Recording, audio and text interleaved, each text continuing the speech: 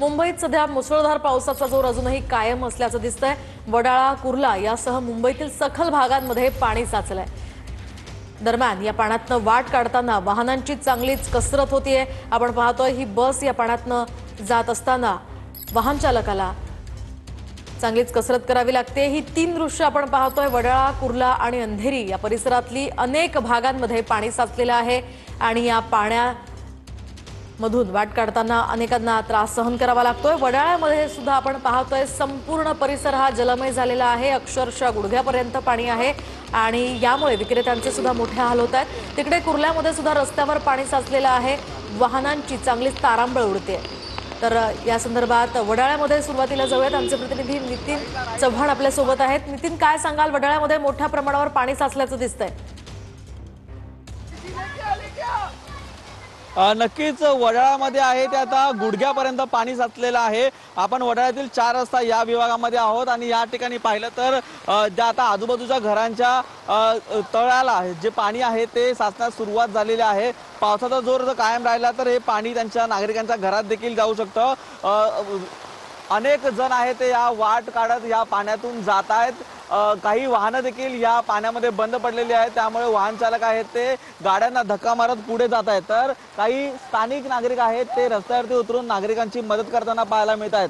एक बोट स्वरूपी या ठिकाणी लहान मुलांनी देखील मदत कार्य आहे ती आता सुरू केलेलं आहे। तर काही जणांसाठी या ठिकाणी अत्यंत दयनीय परिस्थिती निर्माण झालेली आहे। काहींचा मोबाईल आहे तो या पाण्यामध्ये पडलेला आहे आणि या ठिकाणी वाट काढण्यात अत्यंत अवघड होत असताना महानगरपालिकेचं एक युनिट आहे ते या ठिकाणी मेनहोल्स आहेत ते ओपन करून या ठिकाणाहून वाट जो पाणी आहे ते निचरा करण्याचा प्रयत्न आहे ते करतायत। अनेक ठिकाणी आपण पाहिलं तर रस्त्यावरतून नागरिक आहेत ते चालत आहेत। काही जणांचा मोबाईल देखील या पाण्यामध्ये पडला। आपण एक महिला पाहतोय जी याच पाण्यामधून वाट काढते। तिचा मोबाईल आणि तिचं काही साहित्य आहे ते या ठिकाणी पाण्यामध्ये पडलेलं होतं। या ठिकाणाहून वाट काढणं अत्यंत कठीण होत असताना नागरिक आहेत ते आडोसाचा वापर आहेत ते करतायत।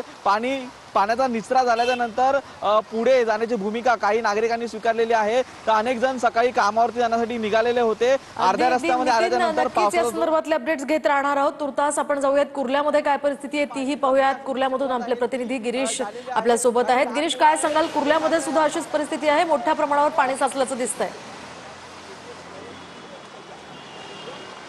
नक्कीच कुर्ल्यामध्ये तर तळा साचलेला आहे मोहिनी, आणि थेट दृश्य आपण पाहतोय कुर्ला एसटी डेपोच्या समोरची कशा पद्धतीनं वाहन चालकांना तारांबळ त्यांची उडालेली आहे आणि कसरत करावी लागते।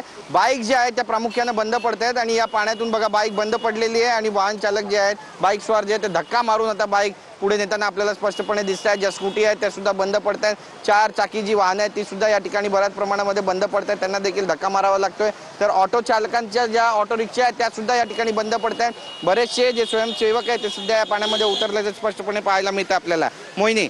अगदीच गिरीश, एकूणच या सगळ्या पार्श्वभूमीवर प्रशासनाकडून काय उपाययोजना केली जाते, काही माहिती मिळू शकली आहे? नक्कीच आपण पाहतोय की ज्यावेळी TV9च्या माध्यमातून ही सगळी दृश्य समोर आली त्यावेळी महानगरपालिकेची एक टीम या ठिकाणी पोहोचलेली आहे। मात्र मदत कार्य आणि पाणी निचरा करण्याचं जे काम आहे ते अद्यापही सुरू करण्यात आलेलं नाही आहे। याचा जो थेट फटका आहे तो सर्वसामान्य मुंबईकरांना कशा पद्धतीनं बसतोय ते सुद्धा आपण पाहतोय। पण लवकरात लवकर या ठिकाणी यंत्रणा कार्यान्वित केली जाईल अशी माहिती महानगरपालिकेकडून मिळते। सगळ्यात महत्त्वाचं म्हणजे जे मेन होल्स आहेत ते या ठिकाणी खुले असल्याची सुद्धा माहिती मिळते। तर दुसरीकडे आपण पाहतोय शाळेचे जे विद्यार्थी आहेत ते याच पाण्यातून माग काढताना आपल्याला दिसतंय। हवामान खात्याचा ऑरेंज अलर्ट होता त्यामुळे शाळांना सुट्टी का जाहीर केली नाही असा संतप्त सवाल सुद्धा पालकांकडून या ठिकाणी विचारला जातोय। एकंदरीतच या कुर्ला परिसरामध्ये जिथे कुर्ला एसटी डेपो आहे हा संपूर्ण जो 500 मीटरचा रस्ता आहे तो पाण्याखाली गेलेला आहे आणि या ठिकाणाहून कुणी वाहन घेऊन जाऊ नये असं आवाहन सुद्धा आता वाहतूक विभागाकडून करण्यात येते। मात्र तरी देखील आपण पाहतोय की वाहतूक या ठिकाणची सुरू आहे। पाण्याचा निचरा झालेला नाही आणि प्रसंगी बऱ्याचशा ज्या बाईक दुचाकी स्वार आहे त्यासोबतच 4 चाकी स्वार आहेत त्यांच्या गाड्या या ठिकाणी बंद पडत आहेत आणि त्यांना नाहक त्रासाला सामोरं जावं लागतंय। वाहन चालकांची तारांबळ या पावसामुळे उडाल्याचं स्पष्टपणे चित्र पाहायला मिळतंय मोहिनी। नक्कीच गिरीश, या संदर्भातले अपडेट्स तुमच्या